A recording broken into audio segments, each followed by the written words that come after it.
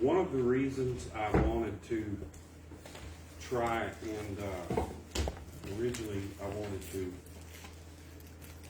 try to do this wirelessly is so that I wouldn't necessarily have to be up here, but we couldn't do it that way, so such as it is. That's all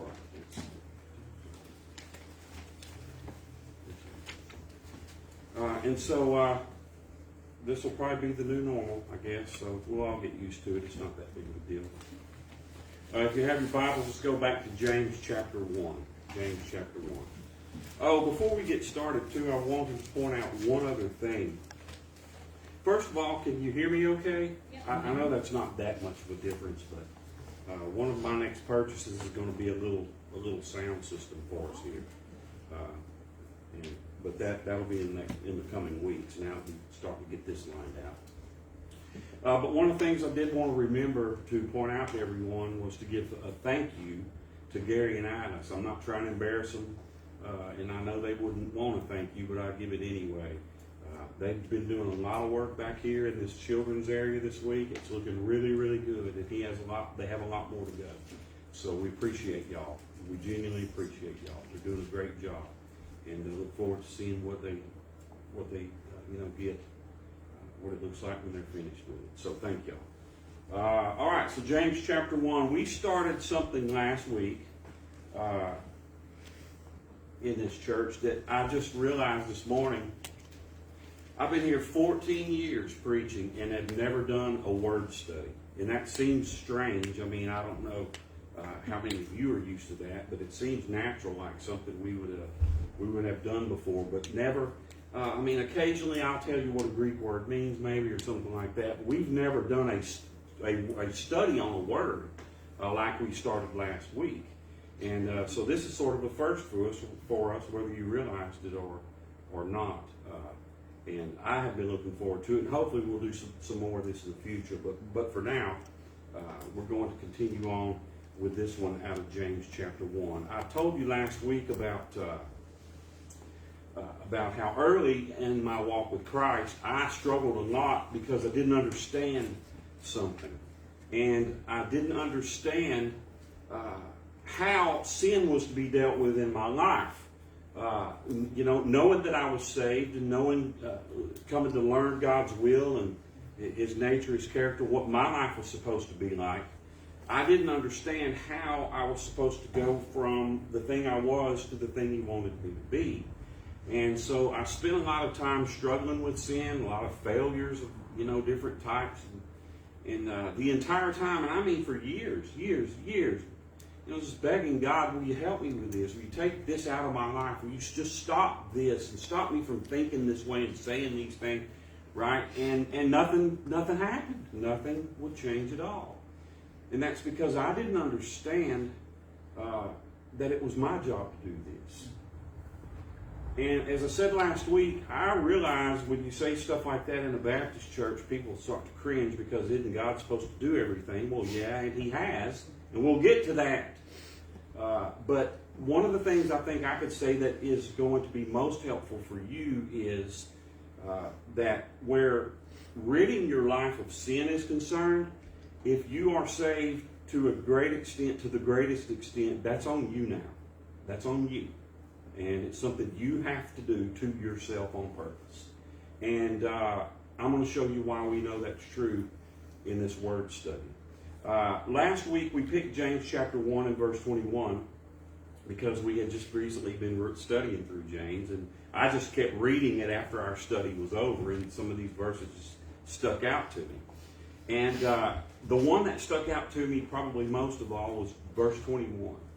And because when I read this several weeks ago, that sort of all came back to me about realizing this years ago and how helpful and beneficial this was. And I said, man, I really want to share that.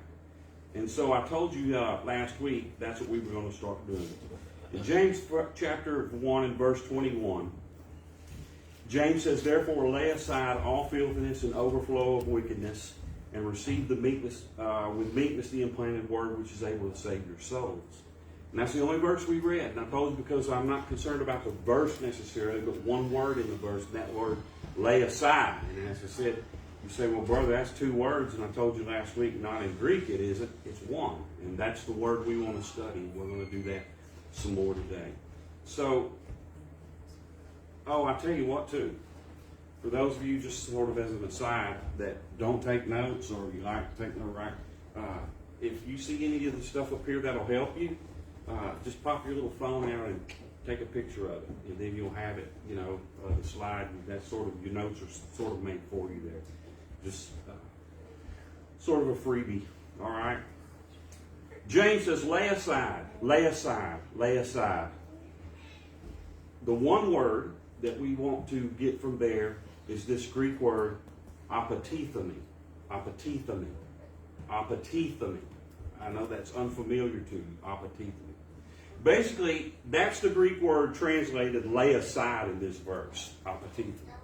And it's a fantastic little word. As you can see on the slides, it means to put something off or to lay something aside or to remove something. Okay? In the Bible, it's translated in several different ways. Here it says lay aside. In other places, it says lay down or put off or remove or put away. The word only appears 9 times in the whole Bible. All of them are in the New Testament. 2 of them are in the Gospels, Gospels and Acts. 1 in Matthew, 1 in Acts.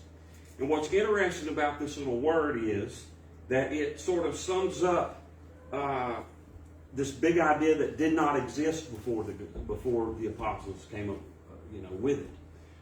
When this word was originally used, in James' day, in Jesus' day, it sort of had a very specific meaning, and it wasn't a spiritual meaning. It was just a normal thing that people did. It meant just to deliberately set something to the side or to put something away. This word was originally used to describe taking off your outer garment, because often they would wear an inner garment with an outer garment over it, right? And when you take off your outer garment and fold it up and lay it down, that was apotithemi, okay? And all that referred to was taking off your clothes and putting them away until the apostles got a hold of it. And when Paul and James and Peter and others got a hold of it, they started to sort of use it to illustrate something. It got this figurative usage that we see in their letters that we're going to start discussing today. It came to mean the act of a Christian spiritually putting sin away. You can imagine it as taking sin out of your life and folding it up and putting it away. That's the way the apostles want you to think of it when they use it.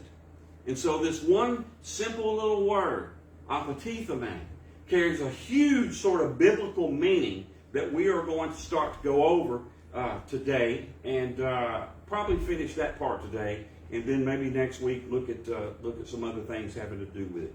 I told you it only occurs 9 times in the whole Bible. There's every verse. And oddly enough, with the exception of Matthew and Acts, we're going to look at every single verse in which it occurs this morning in the next few minutes. Okay? The reason is because every time it occurs, it doesn't teach exactly the same thing.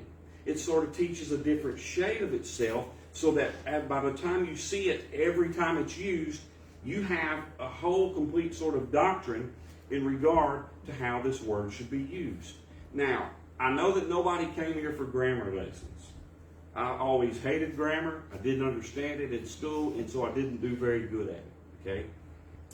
But I came to realize after I began seriously reading and studying the Bible that sort of a basic knowledge of it was necessary. If I wanted to understand what God is saying and what He meant by what He was saying. Our little word here, our little word, apotithemi, is an action word. It's a verb. Who remembers that from school? Or maybe from Schoolhouse Rock, right? It's a verb. A verb is something you do. It's an action you need to take. And our little word here is one of those things. It is an action word. It's a verb. And in both Greek and English, you can change what a verb means just by tweaking it a little. Let me give you an example. You already know this. What if I were to say to you, run? Well, that means one thing, doesn't it? It means take off. But what if I were to say, she ran? Now it means something entirely different, right? Or he's running. Now it means something completely different. That's the nature of the verbs. Same thing is true in Greek. When you tweak it just a little, you get a whole different shade of meaning.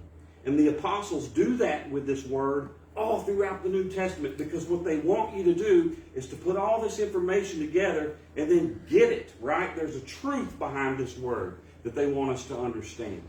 And that's what we're going to look at a little bit this morning. So even if you don't like it, I know that you understand it, right? You can mess with a verb a little, make it mean something different, but that's even more so true in Greek. And so what I want to do is we're going to go back. We're going to start in Romans chapter 13. We're going to look at all those verses that, well, you see on the list up there right now, down in that order. And I'm going to show you how they tweak this thing. And you're going to see as we go, right, every little meaning and it's not going to take as long as you think, I don't believe. And what's going to happen is when we're done this morning, we're going to have a whole sort of doctrine, if you will, in regard to what it means to putting away sin in our life. Now, every verb in English and in Greek have 5 ways that you can tweak it. I'm not going to go into all that. And I'm not even going to show you the way they tweak this one. That is for Bible language nerds. I'm a little bit of one. Everybody probably isn't. But I can teach you the truth without showing you all of the sort of mechanics behind it, right? Probably one of my favorite things I've ever done in my life is I spent 3 years teaching introductory Greek at the seminary, the Royal Bible Institute Seminary down in Beaumont, and that was a lot of fun. So I'm sort of a Bible word nerd, but I know that you're not, so we're going to sort of skip all the painful stuff with you. All right. The first thing I want to do, as I said, go back and look at the first occurrence of this word in Romans chapter 13. And I want to show you as we go how this word gets tweaked to mean subtly different things, okay, that give us an entire picture. Now, this next slide has a lot of information on it. You don't need it all, but if you want it, it's there. All right? One of the ways that you can tweak these words, and the apostles do this, is they tweak the tense. We understand tense, right? Run, ran, running, runs, whatever. Tense. Past, present, future. One of the ways that the Greek Bible writers, or the apostles who wrote originally, in Greek, they tweaked the tense called the aorist tense. And here's what that does. Look in Romans chapter 13 and verse 12. Paul says this. He says, the night is far spent, the day is at hand, let us cast off. There it is. Apatitheme, cast off the works of darkness, let us put on the armor of light. When it's used in this verse, it's used to express something that you ought to be doing that you may or may not be doing. See what he says there in verse 12? Let us cast off the works of darkness and put on light. Put on light. All right? And the reason for that is found in verse 12. The night is far spent, the day is at hand. Verse 11. The time to awake out of sleep. Our salvation is near. And what Paul is saying in this verse when he uses our little word is, if you are not putting sin out of your life, you need to be. Because the time that Christ is going to return is very, very near. And if you have not been engaged in putting sin out of your life, you need to be casting it off currently, right now. You need to be casting sin out of your life because Christ is soon to appear. And that's one of the ways this word can be used. Let's go to the next one, Colossians chapter 3 and verse 8. Just take a right there in Romans. You're not going to be too far from Colossians. And we're going to see the next sort of occurrence of this word, or the next one I want to use anyway. The next one is technically in Ephesians, but we'll come back to that. Colossians chapter 3 and verse 8. Paul uses the word a little differently. It's the same word, but in Greek he's tweaking it, and it means something else. Colossians chapter 3 and verse 8, Paul says this, but now you yourselves are to put off all these, anger, wrath, malice, blasphemy, filthy language out of your mouth. When he uses it in Colossians 8, he tweaks it in such a way that it becomes a command. A command. Back in Romans 13, he said, if you're not putting sin off out of your life, you should be. Here in Colossians 3, it's a command. It's in the imperative mood. And what that means is he's commanding us to do something. And so we have two thoughts now. We have a command to put sin out of our life, and we have the instruction that if we're not doing that, we ought to be doing that. All right? And it gets better from there. Let's go backwards to Ephesians chapter 4. Because the rest of these verses, he only does one thing with it. All the writers do one thing with it. And it's interesting. This is probably, to me, the most interesting way that they use this word. Back in Ephesians chapter 4 and verse 25, he says this, "Therefore, putting away lying, let each one of you speak truth with his neighbor." Putting away lying, start speaking truth. The way he uses it there is that you can't do one until you do the other. And so what Paul is literally saying in this verse, Ephesians 4:25, is, having put lying away, or until you put lying away, you are not going to be able to speak truth with your neighbor. So I've shown you 3 verses, right, without going too deep into this, where Paul just makes minor adjustments to that one word, and it makes it mean a whole sort of gamut of things. One word, and here's what we've got so far. You are commanded to put sin out of your life. If you are not putting sin out of your life, you are to be putting sin out of your life. And third, that you are not going to be able to put righteous things into your life until you start putting sin out of your life. All that with one word. That's the value in studying this stuff. And if you go deeper, for instance, we could go to Hebrews chapter 12, our text in James chapter 1. This idea continues throughout the rest of these uses in the New Testament. Back in our sort of text, if you will, James chapter 1, where he says, "Lay aside all filthiness and overflowing wickedness, and receive the meekness of the implanted word." What he's saying there is, and the way he uses that word is, you're not going to be able to receive the word until you have laid aside filthiness and wickedness. And so all of a sudden we have this crazy, awesome set of ideas that have sort of snuck out of this one word.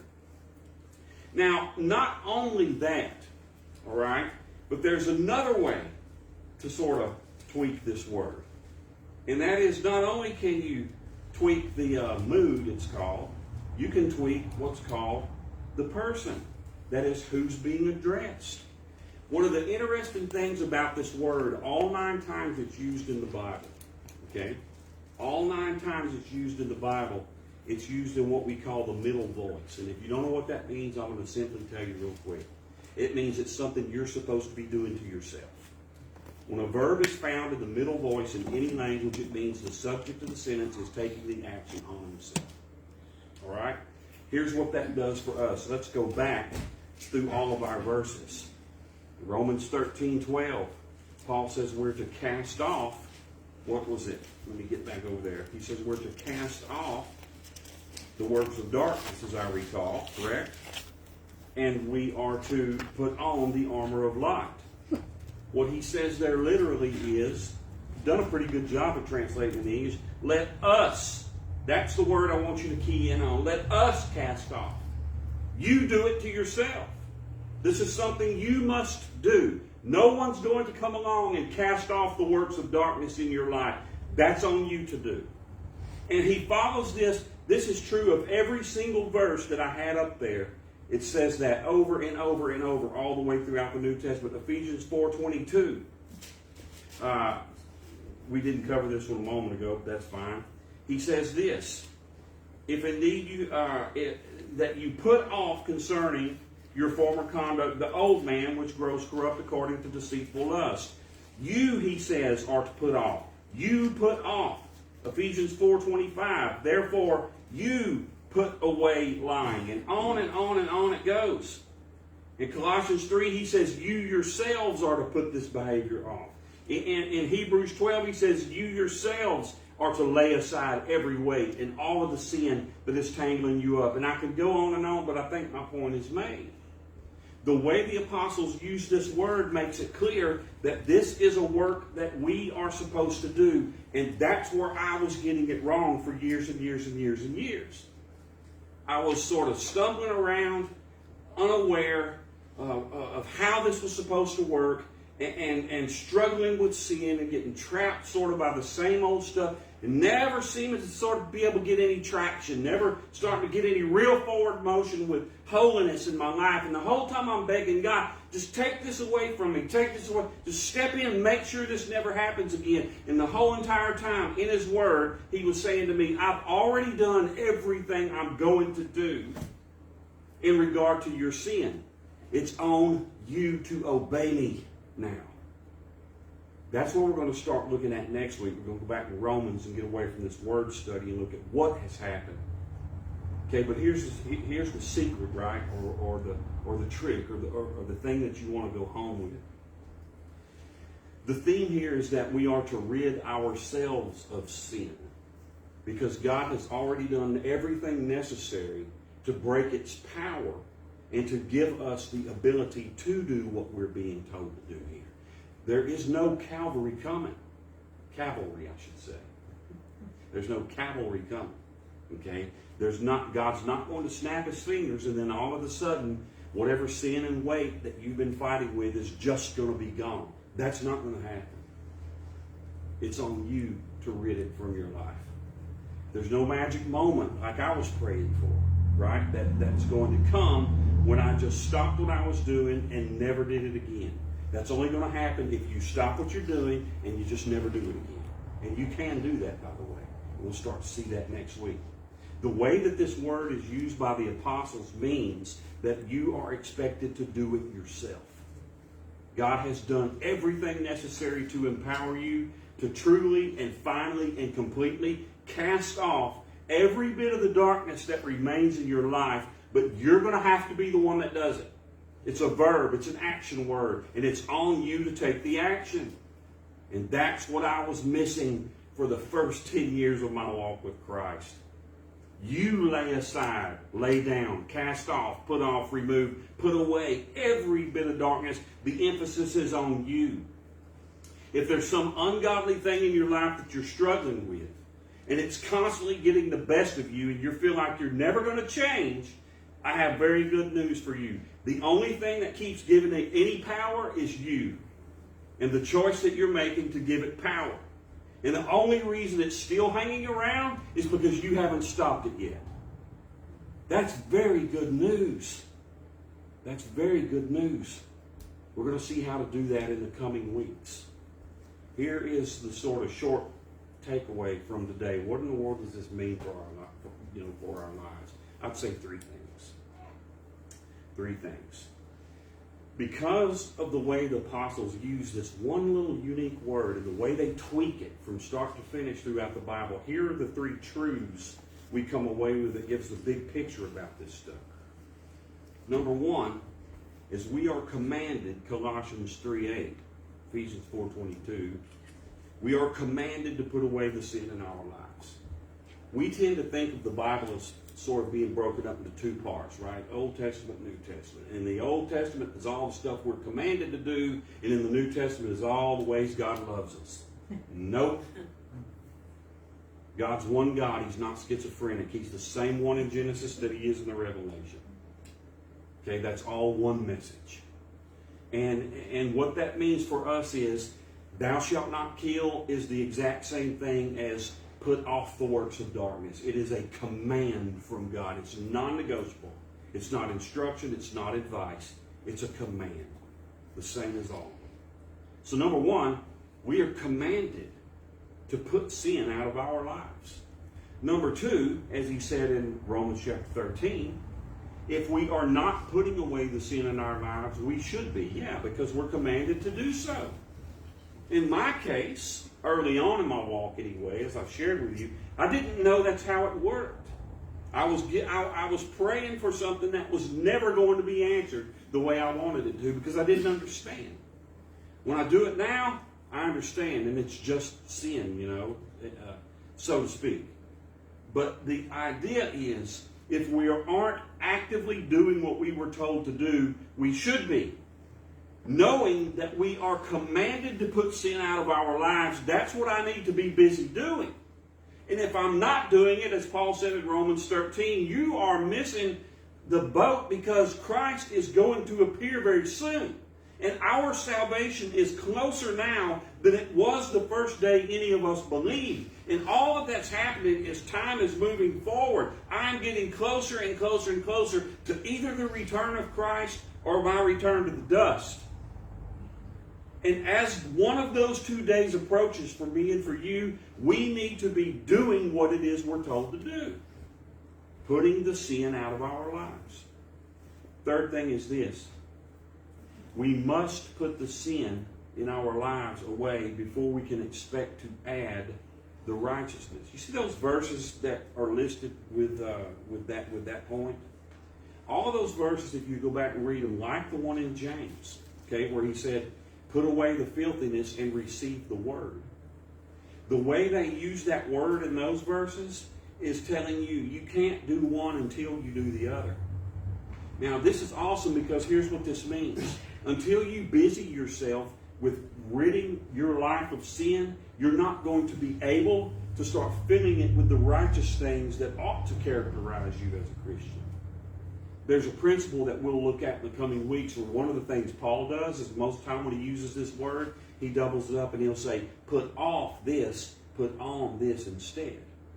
He does that consistently throughout his writing. You didn't notice it, but James did it too. He said, put off filthiness, receive the word. Peter does it too.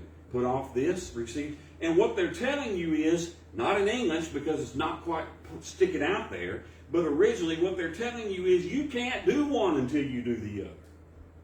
And so if you're wondering why am I struggling so much to sort of do the things that seem a normal part of the Christian life, why am I struggling to love reading the Bible? Well, maybe because you're not struggling to put out other things that are taking up space in your mind and heart that should be occupied by the Word of God. Why am I struggling to pray? Maybe it's because you're not taking other things out of your life that are taking up that love or that space where that love for prayer could exist. Or why can't I seem to, kick this habit, right? Or start doing this Christian discipline, whatever it is. There is an inescapable principle from start to finish of the New Testament that says this: until you remove the one, you can't plug in the other. Even the world, psychology, right, has taken hold of that principle, even though they don't have any clue how to do it properly, right? That will replace one thing with another thing, and that's how you'll get better and keep moving.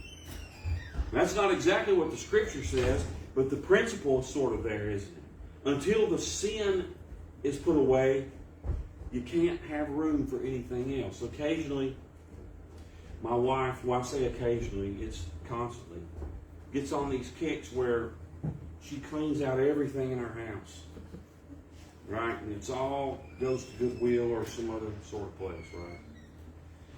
In fact, this really doesn't have anything to do with it, but I'll tell you a funny story.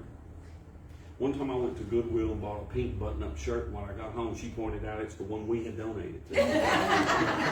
That's absolutely the God's honest truth. That happened. Okay. But my point is, she's constantly just going through our house from top to bottom, boxing things up, filling up the truck and taking it to Goodwill and saying, whew, got all this stuff out of here. And then 6 months later, we're doing it again. Why? Because once we had room, we needed more things. And that is a silly illustration of what the apostles are telling us to do here with this one little verb. You're going to have to make spiritual room in your life for the righteous things that you want to be there. And the only way you can do it is getting rid of the unrighteous things that are in there now. Right? Jesus said, and this wasn't the strict application he was making, but you can't serve two masters. Right? We're going to have our hands full with one thing or the other. And it's going to have to be we that make the choice what they're going to be filled with. And so I'm going to give you a secret right now, and we're quitting, I promise, at least for this morning. I'm going to give you a secret right now that it took me entirely too long to learn. The burden of stopping sinning is on you. If you're saved, you can do it. It may not feel like you can do it, but let me say this. If God's told you to do it, you must be able to do it, because He's not going to tell you, right, to do something and hold you accountable to do a thing that He's not enabled you to do. The burden of ridding yourself of sin is on you. All you have to do is stop it. and then replace it with the righteousness, the righteous behavior, I should say, that should be there in its place. All that from one little word? I told you it was an amazing little word. All that from one little word. We're commanded to put away sin. If we're not, we should be. And you're going to have to put it away before you add any righteousness into your life. And the burden of all those three things falls squarely on you. And I hope that is helpful for you this morning, especially if you've been struggling with how to stop doing something or to stop thinking a certain way, maybe feeling a certain way, acting, behaving a certain way. All you have to do is quit. But what happens when we quit? We don't sort of fill that space with something else. We'll go back to it. And we'll talk about that probably in the next week or so as we continue going through this. Next week, the plan is to go back into Romans chapter 5, 6, 7 and look at how this is possible. Because I'm telling you to do something, right, that you've probably always heard wasn't your place to do. Stop sinning entirely. And you say, well, man, how is that going to happen? Paul does 3 chapters of teaching on how that's going to happen. Lord's will, that's what we'll start looking at next week. For now, let's have a word of prayer.